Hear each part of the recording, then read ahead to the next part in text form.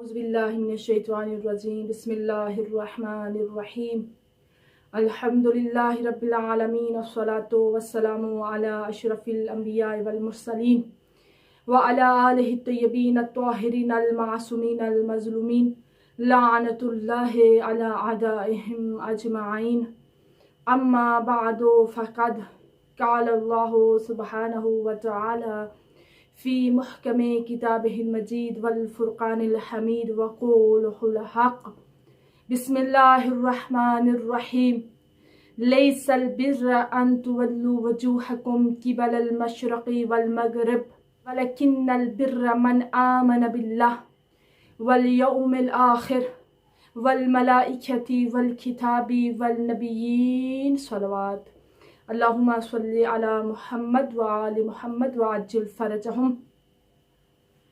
حسینیوں کو بسانا حسین جانتے ہیں، حسینیوں کو بسانا حسین جانتے ہیں، یزیدیوں کو مٹانا حسین جانتے ہیں۔ تو دشمنوں نے بھی کہا کہ دین کی خاطر خود اپنا کنبہ لٹانا حسین جانتے ہیں، اگرچہ سر ہے جدا ہو کر نوکے نیزہ پر کلام رب کا سنانا حسین جانتے ہیں۔ جو وقت تو ہرگز نہ آن جانے دی، دین نبی کا بچانا حسین جانتے ہیں۔ گواہی دیتی ہے لوگوں یہ زمین کرب و بلا کی، لہو سے پھول کو کھلانا حسین جانتے ہیں۔ بآواز بلند صلوات پڑھیے، اللہم صلی علی محمد وآل محمد وعجل فرجہم۔ محترم مومنین اور مومنات، محترم سامعین، ہماری سلسلہ گفتگو اپنی اگلی منزل کی طرف بڑھ رہا ہے۔ محترم مومنین اور مومنات، میں نے قرآن مجید فرقان حمید میں سے جو آیہ تلاوت فرمائی ہے کہ لیس البر ان تولوا وجوہکم قبل المشرق والمغرب ولکن البر من آمن باللہ والیوم الآخر، کہ نیکی یہ نہیں ہے کہ تم اپنے چہروں کو مشرق اور مغرب کی جانب کر لو، ولیکن البر من آمن باللہ، لیکن نیکی یہ ہے کہ تم اللہ پر ایمان لے آؤ، روز آخرت پر ایمان لے آؤ، کتابوں پر ایمان لے آؤ، اللہ کے نبیوں پر ایمان لے آؤ، یہ نیکی ہے۔ تو عزیزان محترم، اب سوال یہ پیدا ہوتا ہے کہ اللہ رب العزت نے انسان کو عقل سے نوازا ہے، اللہ نے انسان کو عقل دی ہے، تو اللہ نے جب انسان کو عقل سے نواز دیا ہے تو اب ہم نیکی کا معیار خود طے کیوں نہیں کر سکتے؟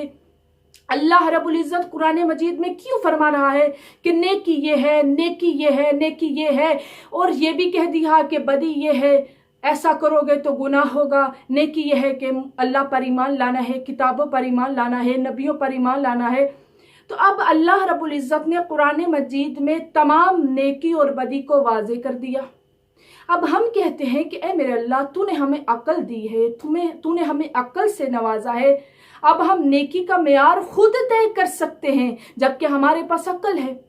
تو عزیزان محترم، یہ سوال ہر ذہن انسانی میں آتا ہے، جب اللہ نے ہمیں عقل دے دی ہے تو اب ہم خود سے اختیار کیوں نہیں کر سکتے کہ نیکی اور بدی کیا ہے؟ تو عزیزان محترم، بہت ہی خوبصورت جملہ آپ کی سماعتوں کی نظر کر رہی ہوں، ہم نیکی کا معیار خود مقرر کیوں نہیں کر سکتے؟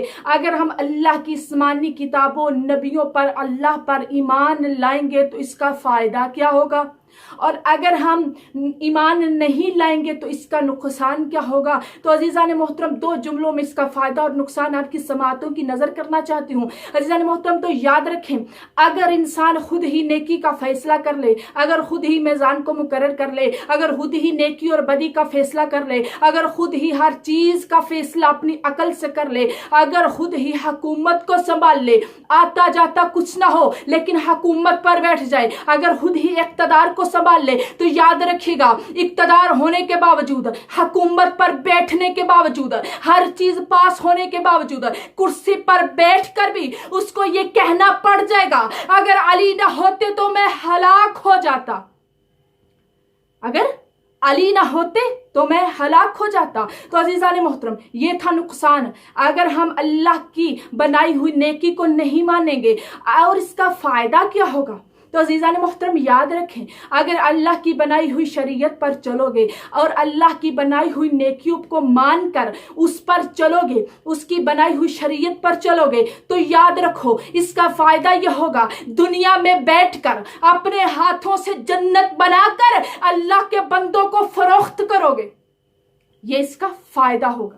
تو اب سمجھ آ گئی کہ اب ہم خود سے نیکی کا معیار خود سے مقرر کیوں نہیں کر سکتے؟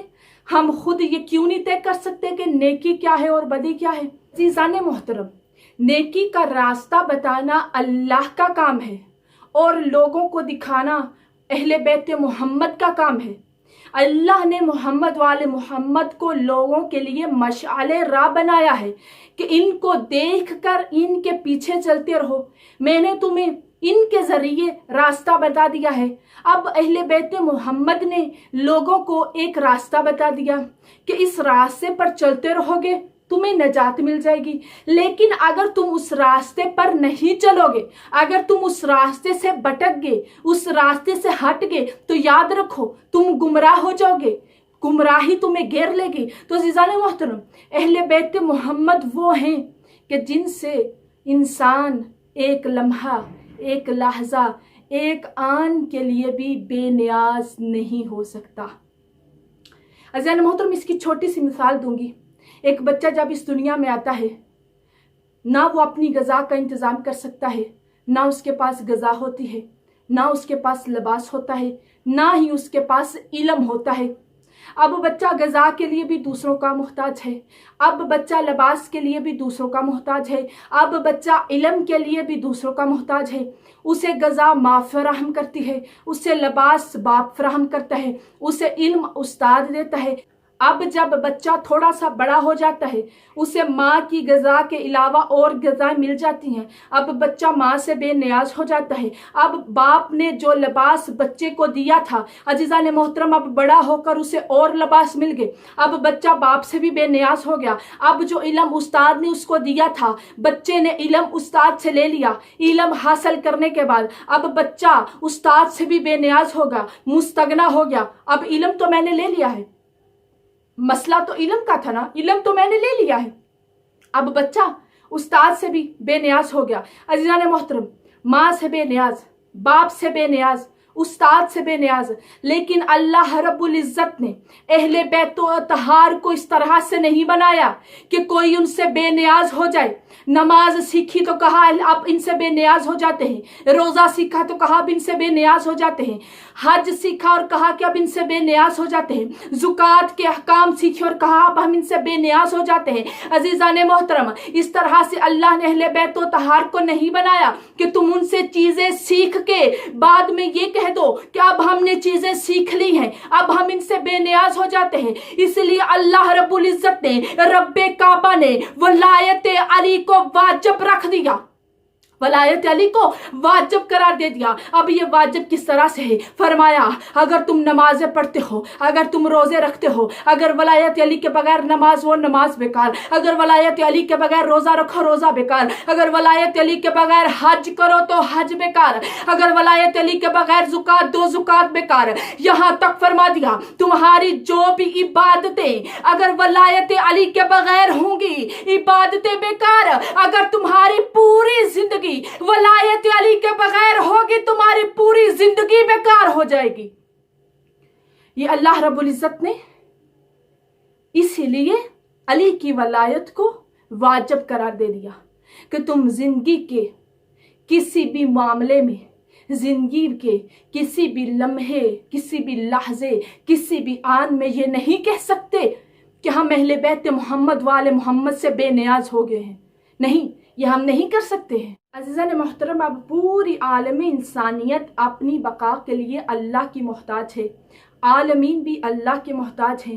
اس لیے تو جب قرآن شروع ہوا تو آواز آئی بسم اللہ الرحمن الرحیم الحمدللہ رب العالمین، اور جب قرآن ختم ہوا تو آواز آئی بسم اللہ الرحمن الرحیم قل اعوذ برب الناس۔ تو عزیزان محترم، اب عالمین اللہ کے محتاج ہیں، انسان ہے وہ بھی اللہ کے محتاج ہیں، جانور اپنی بقا کے لیے اللہ کے محتاج ہیں۔ انسان اپنی بقا کے لیے اللہ سے رابطہ رکھے اور دوسری طرف معاشرے سے بھی رابطہ رکھے. اللہ کہہ رہا ہے اگر تم خدا سے رابطہ رکھنا چاہتے ہو تو نماز کو قائم کرتے رہو, اگر معاشرے سے رابطہ رکھنا چاہتے ہو تو اللہ کی راہ میں زکوٰۃ دیتے رہو. جس طرح اسی آیت کے آخر میں اللہ رب العزت ارشاد فرما رہا تھا المال علی حبہ ذوی القربى والیتامى والمساکین, کہ اللہ کی محبت میں غریبوں کو, یتیموں کو اور مسکینوں کو دیتے رہو, زکوٰۃ دیتے رہو. تو عزیزان محترم, اب اللہ نے دو باتیں کی ہیں کہ ایک اللہ سے رابطہ بھی رکھو اور معاشرے سے بھی رابطہ ہونا ضروری ہے. اللہ کو راضی رکھنا چاہتے ہو تو نماز پڑھتے رہو, معاشرے کو راضی کرنا چاہتے ہو تو زکوٰۃ دیتے رہو. تو عزیزان محترم, پوری عالم انسانیت پہ نظر کر کے دیکھ لو, پوری تاریخ انسانیت کو اٹھا کر دیکھ لو, پوری تاریخ اسلام کو اٹھا کر دیکھ لو, تمہیں ایک شخص کے علاوہ کوئی بندہ ایسا نظر نہیں آئے گا جس نے ایک ہی وقت میں اللہ کو بھی راضی کیا, معاشرے پر بھی نظر کی. وہ جب وہ رکوع میں تھا تو کہہ رہا تھا سبحان ربی العظیم و بحمدی, اور اسی وقت ایک سائل مسجد میں آ جاتا ہے اور صدا لگاتا ہے کون ہے جو اللہ کے لیے میری مدد کرے گا.